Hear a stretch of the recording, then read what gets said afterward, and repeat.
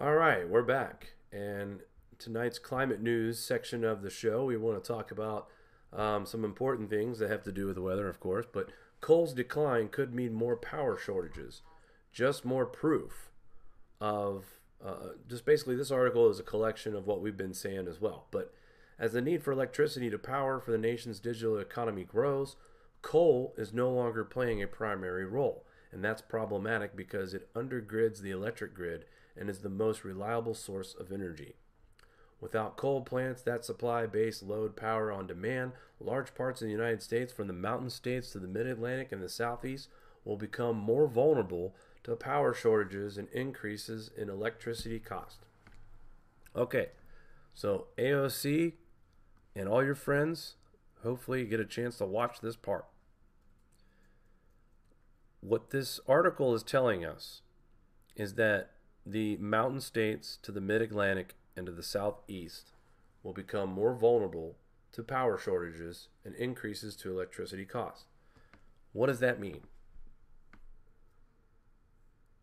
What's scary about this is the mountain states has seen some very cold weather all winter long.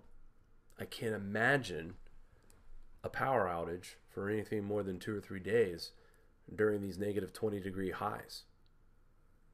The southeast has seen some stormy weather, flooding already. I can't imagine being stuck on top of the fact that you're flooding down there, power going out because of blackouts before the storm even hits. And not to mention that during the summertime, how hot does it get down there in the southeast? The humidity is killer. And if you're having rolling blackouts, a lot of people with breathing issues, that's going to make it even more difficult. If you've ever lived anywhere that's in the south, the deep south, with that humidity, wow. Let's read on here. With the loss of more than 600 coal units in less than 10 years, coal's share of the nation's electricity generating capacity has dropped from almost half in 2017 to 30% today, and is expected to fall even further. Now, the only reason why it's expected to fall even further is because a lot of these people believe that the United States will pass this new Green Deal. But I think what we need to do is heed the warnings from these articles that talk about shortages and blackouts in areas that can't afford to have these blackouts. Your mountain states in the wintertime, for sure. The mid-Atlantic during the winter and the summer, it gets hot. And the southeast, very, very hot and humid in the summer and the spring. Plus, we saw a little bit more weather action this year as well. It got a little cooler down there. And let's be honest, folks. Not a lot of people install furnaces in their homes in the far south, in the deep south anyway. And on top of that, those people that are dealing with blackouts are going to pay more money for electricity. And that's before we even start putting this new Green Deal into action.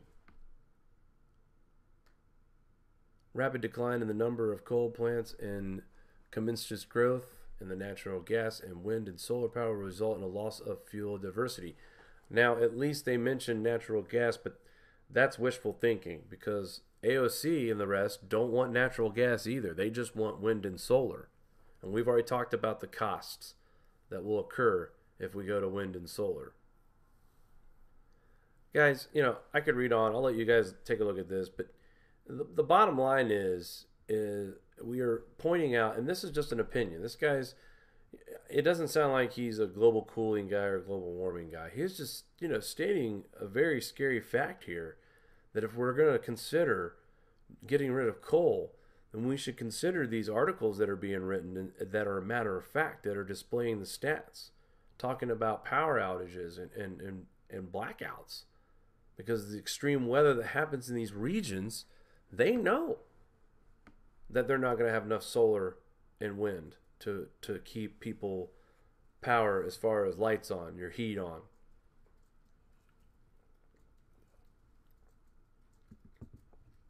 Climate news is fun tonight, guys. All right. So our friend at the climatedepot.com has testified.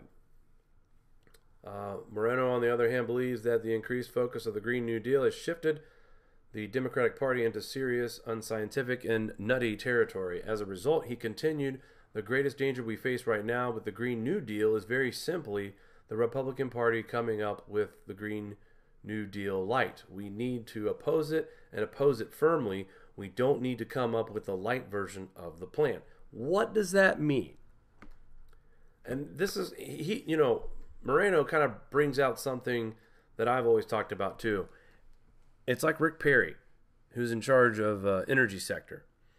And when you talk about the left and they talk about man-made climate change, the right's answer, before Donald Trump anyway, was Rick Perry. And it was always, well, it's human-based, but it's not as bad as we think it is. That is what Moreno is saying right here. That is the light version of global warming, what Rick Perry would say. And what Mark is trying to relay here is that he doesn't want the Republicans saying, all right, tell you what, let's do some of what you said, but we got to have this kind of regulation instead of that. The point of this testifying is that man does not impact the climate. That these policies, this Green New Deal, is an economy killer, and it will kill Americans. And I'm not saying this to get the clickbait here or get people in the fear mode here. I'm saying this because it's just fact. You're taking away jobs. You're taking away people's livelihoods. Shutting down coal plants. You're going to have more cold deaths. Look, it's statistically known there are more deaths due to cold weather than there is hot weather. If we're having blackouts on a regular basis, people are freezing to death in the cold because of all this Green New Deal jargon, they're going to have to, this is just going to be a mess. It's going to be too late because too many people are going to suffer from this, poverty-wise and life or death. And I'm glad, I'm thankful that guys like Moreno here are testifying. And this is a two-part video, by the way, folks.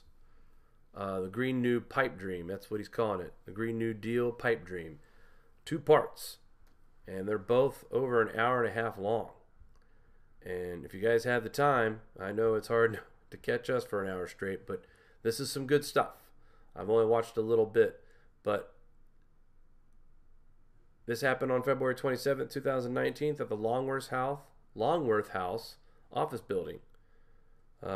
Also, there's a link here of the submitted written testimony of Mark Moreno. If you don't want to watch the video, you can read the transcripts for yourself. But this is important work here that Mark is doing, guys.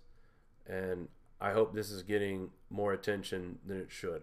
Because here is a very smart, reputable man who is trying to urge Republicans, please do not offer a compromise deal to this, because they've got it wrong in the first place. This whole deal, if it was right in any way, I think most people would come out and say it. Like, all right, look, they've got certain points right. But nobody's saying that. And because the people that know better know that we are not playing the role on the climate like the left is telling us, like these liberals are telling us, these crazy AGWs. And I can say that because this deal represents every bit of crazy that's out there. Global warming, a fear campaign by scientists hooked on government grants. I've been saying this too. This is Greenpeace founder Patrick Moore. He's been in the news lately. Conservatives have long argued that AGW is a politically motivated distortion of climate science. That's because it is. Now that an argument is being bolstered by an unexpected source, the co-founder of the leading environmental organization, Greenpeace, Patrick Moore, who is also former president of Greenpeace Canada, appeared on SiriusXM's Breitbart News Tonight for an interview with Rebecca Mansour and Joe Pollack. And here is the link if you guys want to go into and listen to this interview here. Very short piece.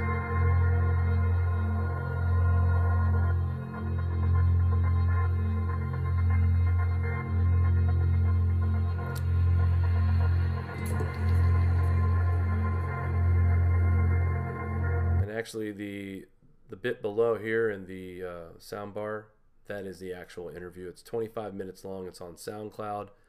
but I wanted to bring it up because he was in the news not too long ago, and I misread an article seeing that Trump was actually supporting Patrick when he tweeted out that climate change is the biggest hoax out there.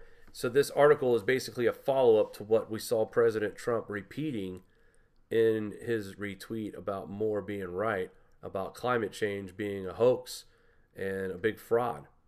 But fear has been used throughout all history to gain control of people's minds and wallets and all else, and the climate catastrophe is strictly a fear campaign, he said, adding that proponents of AGW, the view that human activity rather than natural phenomena is primarily responsible for Earth's changing climate. It is also fueled by the guilt that you're killing your children because you're driving them in your SUV and emitting carbon dioxide into the atmosphere. Well, do you know what I tell the person that tells me that? Who's driving the SUV on Venus?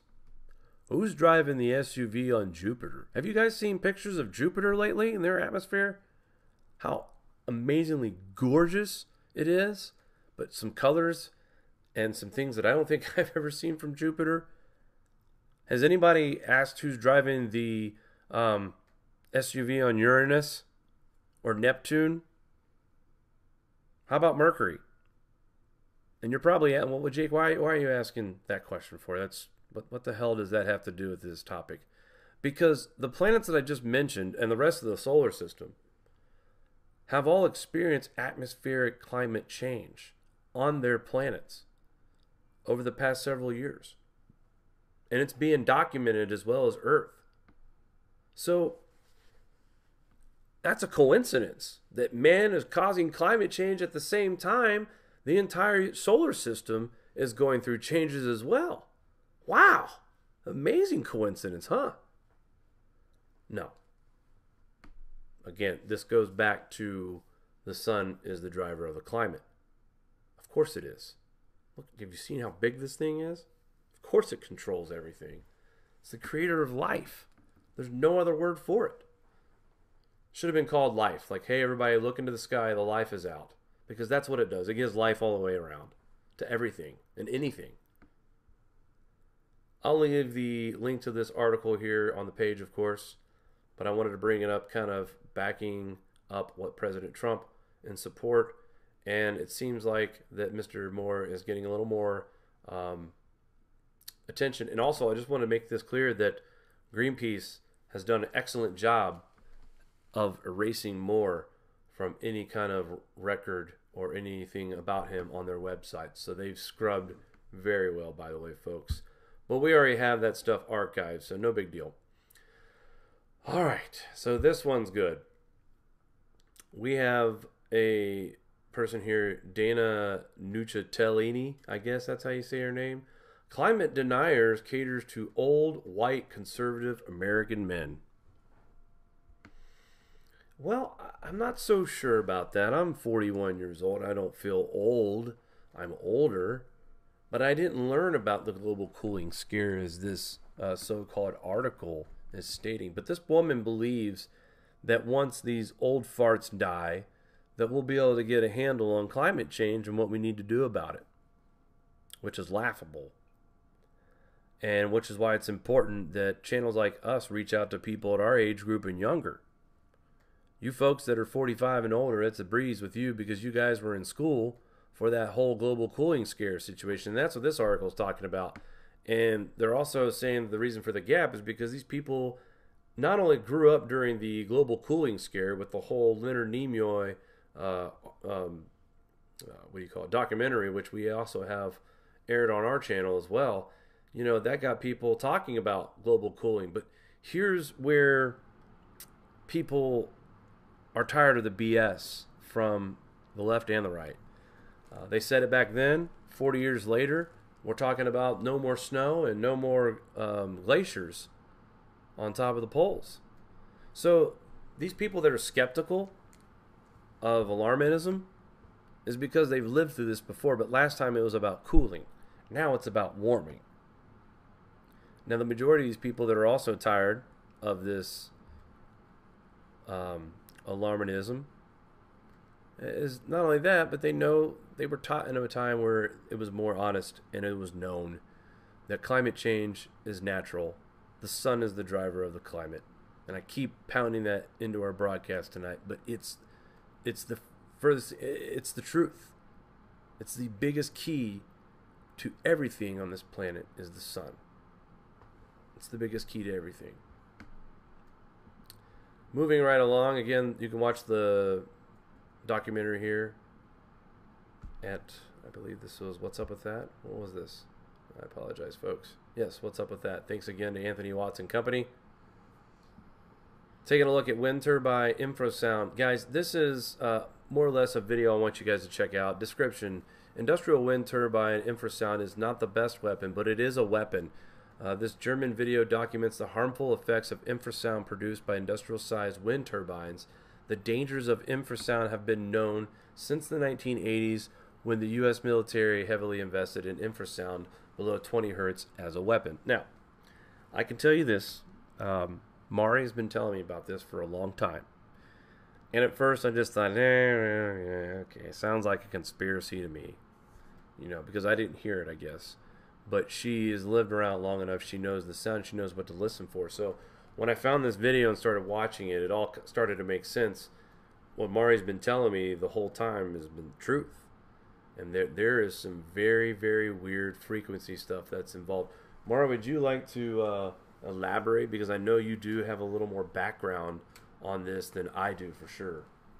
Well, Buffalo has a lot. They have windmill farms all along Lake Erie.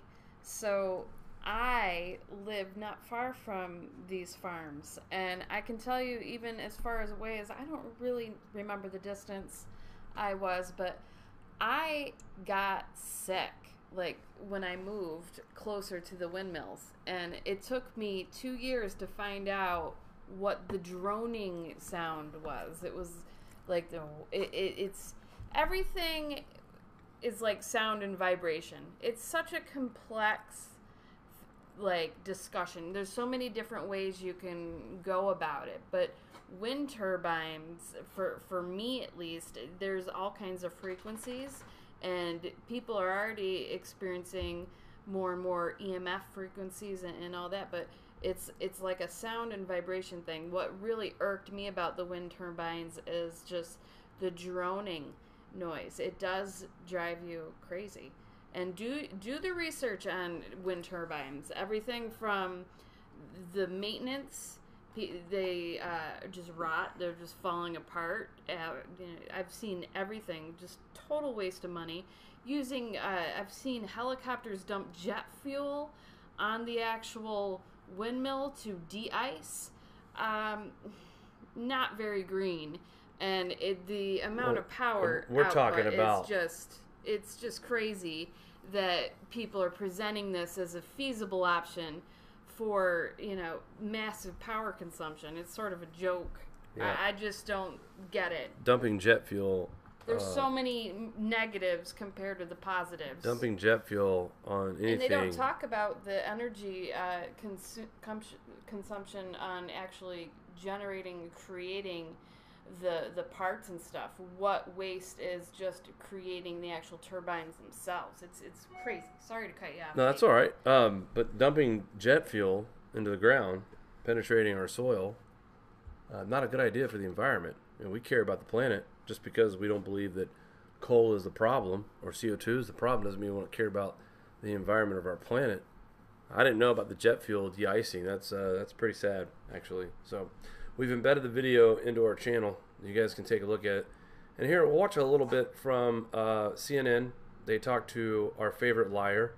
We covered him a little bit earlier this week on our Facebook page. Let's take a listen and hear what he has to say for himself, guys. Climate change, former Vice President Al Gore. He is hosting Climate Reality Leadership Corps training in Atlanta today. Mr. Vice President, a pleasure. Thank you. Thank you for focusing on this, Brooke, and for having me on. You got it. We'll dive right into it in just a second, but I'd be remiss not to get your reaction to the terror attacks in New Zealand. This white supremacist is accused in his anti-immigrant, anti-Muslim manifesto. It was jarring here in Atlanta, where we had last night, just before this news, getting worse. So the old strategy of trying to fool people into disbelieving the evidence in front of their own eyes is failing.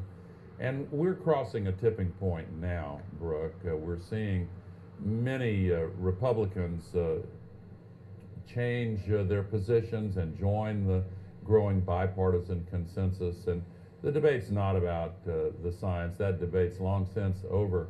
Oh, yeah. Oh, yeah. That's what I meant to get to, guys. I apologize for the other stuff. Not that I don't want to report on the New Zealand thing, but that's for a different time. That science has already been settled. It's already been, that's it. It's over. I mean, this guy can't even look straight into the camera. After every time he tells a lie, he looks down. And I'll show you the first lie where he looks down afterwards. Events have quadrupled in recent years. Here in the U.S. alone, in less than 9 years, we've had 17 once-in-a-thousand-year events. And they keep on coming, and they keep... Okay, so we talked about this before. When a 1-in-a-thousand-year event happens in one spot, and they happen in other spots too of the world, don't you think it's a little weird that these 1-in-a-thousand-year events happen around the same time? Kind of like what would happen if things were on a cycle. They don't look at the data like that. They cherry pick it into something that's not. Oh, we've seen so many 1-in-a-thousand-year storms in what time, and that's just, oh my God, that just means climate change. But next week it's supposed to be normal weather with sunny skies and whatever. Keep on getting worse. So looking down after he says keep on getting worse, he knows he's lying for his reasons anyway. The old strategy of trying to fool people into disbelieving the evidence in front of their own eyes is failing. And looks down again after he says is failing. There's two lies. We're crossing a tipping point now, Brooke. We're seeing many Republicans. Okay, he's looking down while he says this lie, that many Republicans are changing their stance. That's another lie. Change their positions and join the growing bipartisan consensus. And looking down right after he talks about consensus, because he knows there is no consensus, not in science. The debate's not about the science. That debate's long since over. Looking down again right after another lie. What, are we at 6 now? 6 lies in 60 seconds. The debate now is about the best ways to move as fast as we can to solve this crisis. But what about the leader of all Republicans, the president himself? I mean, if inaction... The leader of all Republicans, the president himself, continues for the next 2, maybe 6 years under a Trump White House. What concerns you? What is the one immediate consequence on climate? Well, actually, in what some might call a perverse way, I think the fact that Donald J. Trump has become the global face of climate denial is actually encouraging. He looked down after that one too. So there's lie number 7. Encouraging a lot more people to join the cause of helping bring about the solutions more rapidly. Looking down once again, nobody wants to go along with the Green New Deal. He's lying to himself here. He cannot withdraw from the Paris Agreement, by the way, legally. I believe he did, and he will. When they go to re-sign this, it's when we don't sign it that takes us out of it. So, yeah. First date we could is the day after the next presidential election. So the fate of this issue is not in his hands. It's in our hands. And a large and growing bipartisan majority in this country is now saying definitively to politicians and office holders, it's time to act, and the sooner the better, the bolder the better. I know that you have praised the Green New Deal and how it started a dialogue, but which part, Mr. Vice President, would, in looking at it, do you believe needs to be fixed or maybe unrealistic at this point? Well, I think it's an aspirational goal that makes it possible for large majorities to come together in a common demand that the U.S. change its approach. I'll tell you what it reminds me of, Brooke, and years ago, when I was working on the issue of nuclear arms control, there was a movement called... All right, so I'm getting bored, but basically, I'll leave the video here for you guys to watch. You know, if it's coming off of CNN, it's pretty much fake news anyway. And the way the lady just described the President of the United States of America, the leader of all Republicans, has everyone denying. You know, so, but this was for Comedy Hour, folks. I wanted to show you guys a little bit of just proof. The body language of Al Gore. I think I counted around 8 to 11 lies in the 3-minute clip that I just showed you guys. And I'm sure if we watch the rest of it, we would probably see another 8 to a dozen more lies that he's telling, and he knows he's lying. That's why he keeps looking down and away. He knows he's lying to the American public, and it's just like we talked about up here earlier, Patrick Moore, global warming fear campaign by scientists and wannabe politicians hooked on government grants, while jet setting to all these trainings and these seminars and living in mansions that cost more than some people's salary in 3 months as far as electricity bills per month. All right, guys, stay tuned. We'll be right back with the weather part of our show. Don't go anywhere. We'll be right back.